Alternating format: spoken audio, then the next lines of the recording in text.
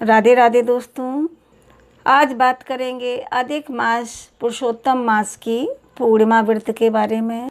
अधिक मास की पूर्णिमा आध्यात्मिक दृष्टि से बहुत ही महत्वपूर्ण है। ऐसा माना जाता है कि आज के दिन भगवान श्री हरि विष्णु की आराधना करने से, तीर्थों में स्नान करने से और दान देने से कई गुना पुण्य फल प्राप्त होते हैं। अधिक मास पुरुषोत्तम मास पूर्णिमा 3 वर्ष में एक बार आती है, तो इस दिन जो हम जप तप करते हैं, पूजा पाठ करते हैं, दान धर्म करते हैं या फिर सत्यनारायण भगवान की कथा करते हैं, उसका पुण्य फल संचित हो जाता है और अच्छे पुण्य की प्राप्ति होती है।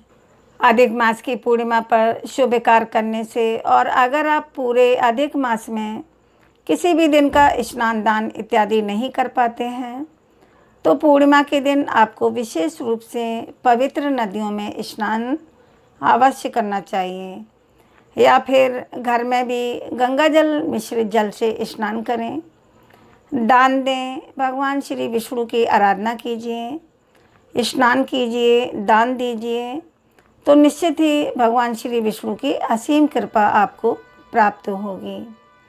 असीम कृपा आपको प्राप्त होगी। तो पुरुषोत्तम मास की पूर्णिमा है बहुत ही महत्वपूर्ण। अगर आप व्रत नहीं कर पाते हैं तो भी आपको आज के दिन लक्ष्मी नारायण की विशेष रूप से आराधना अवश्य करनी है। तो आज की वीडियो में आप जानेंगे पूर्णिमा तिथि कब से प्रारंभ हो रही है, कब इसका समापन हो रहा है, और अगर आप पूर्णिमा का व्रत करते हैं तो व्रत आपको कब रखना है, और पूर्णिमा तिथि पर स्नान करने का, दान देने का, दीप दान करने का शुभ मुहूर्त क्या है, सत्यनारायण भगवान की कथा कब करें, सारी जानकारी पूर्णिमा तिथि से संबंधित आज की वीडियो में बताएंगे। तो वीडियो बहुत ही महत्वपूर्ण है, आप लोग वीडियो को पूरा देखें।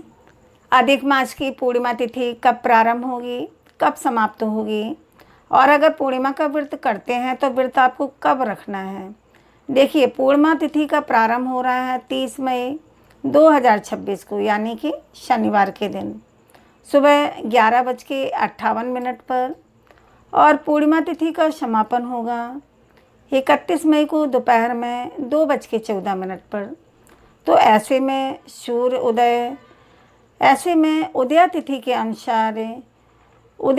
के अनुसार अगर आप देखें तो पूर्णिमा तिथि आपको प्राप्त हो रही है 31 मई को, लेकिन दोपहर में 2:14 पर समाप्त हो जाएगी। और पूर्णिमा तिथि का व्रत जब हम कर रखते हैं तो रात्रि में चंद्रमा पूर्णिमा का हो उसे श्रेष्ठ माना जाता है। मतलब पूर्णिमा का जो व्रत होता है चंद्र उदयकालीन तिथि के अनुसार ज़्यादा श्रेष्ठ होता है, क्योंकि उस दिन चंद्रमा की ही पूजा करते हैं। तो ऐसे में 30 मई 2026 को, यानी कि शनिवार के दिन पूर्णिमा का व्रत रखेंगे। शनिवार के दिन पूर्णिमा का व्रत रखेंगे और पूर्णिमा का स्नान दान हम करते हैं सूर्य उदयकालीन तिथि में। तो 31 मई 2026 को सूर्य उदयकालीन पूर्णिमा है, तो स्नान दान की पूर्णिमा 31 मई 2026 को मनाई जाएगी। अब बात करें सत्यनारायण व्रत की कथा कब करें। सत्यनारायण व्रत की कथा कब करें, देखिए, कथा आपको 31 को भी कर सकते हैं, 30 तारीख को भी कर सकते हैं। जैसे कि अगर आप पूर्णिमा का व्रत धारण करते हैं तो आप 30 मई को पूर्णिमा का व्रत करेंगे, 30 मई को पूर्णिमा का व्रत रखेंगे। फिर श्री सत्यनारायण व्रत की कथा भी आपको 30 मई को ही करना है। अब अगर आप सिर्फ सत्यनारायण व्रत की कथा करते हैं तो ऐसे में आप 31 मई को भी कर सकते हैं, क्योंकि सूर्योदयकालीन पूर्णिमा है। तो स्नान दान इत्यादि करके आप स्वयं से भी पाठ कर सकते हैं, आप स्वयं से भी कथा पढ़ सकते हैं, और यदि आप स्वयं से नहीं पढ़ रहे हैं तो कथा का फिर किसी ब्राह्मण के द्वारा भी करवा सकते हैं, या घर में किसी सदस्य से आप सत्यनारायण भगवान की कथा पढ़वा सकते हैं। तो सत्यनारायण भगवान की कथा आप दोनों में से किसी भी दिन कर सकते हैं। ठीक है, अगर आप व्रत रखते हैं तो आपके लिए चंद्र उदय काल का समय बहुत ही महत्वपूर्ण है। और चंद्र उदय काल है 30 मई 2026 को शाम को 6:40 पर।